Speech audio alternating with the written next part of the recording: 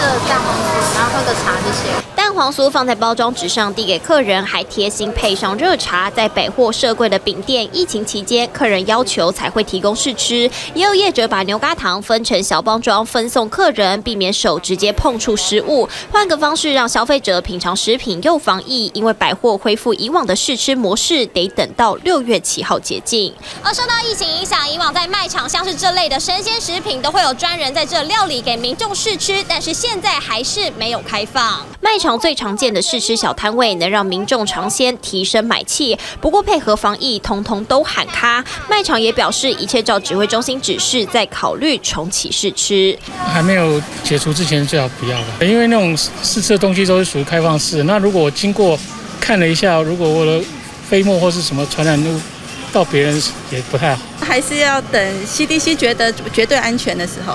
不过台湾社区相对安全，反而美国好事多规划熟食区在6月中重新开放试吃。台湾到底何时解禁？做卖场试吃的话，大概手部的清洁还有基本的一些注意的一个相关的距离，不要在那边咳嗽。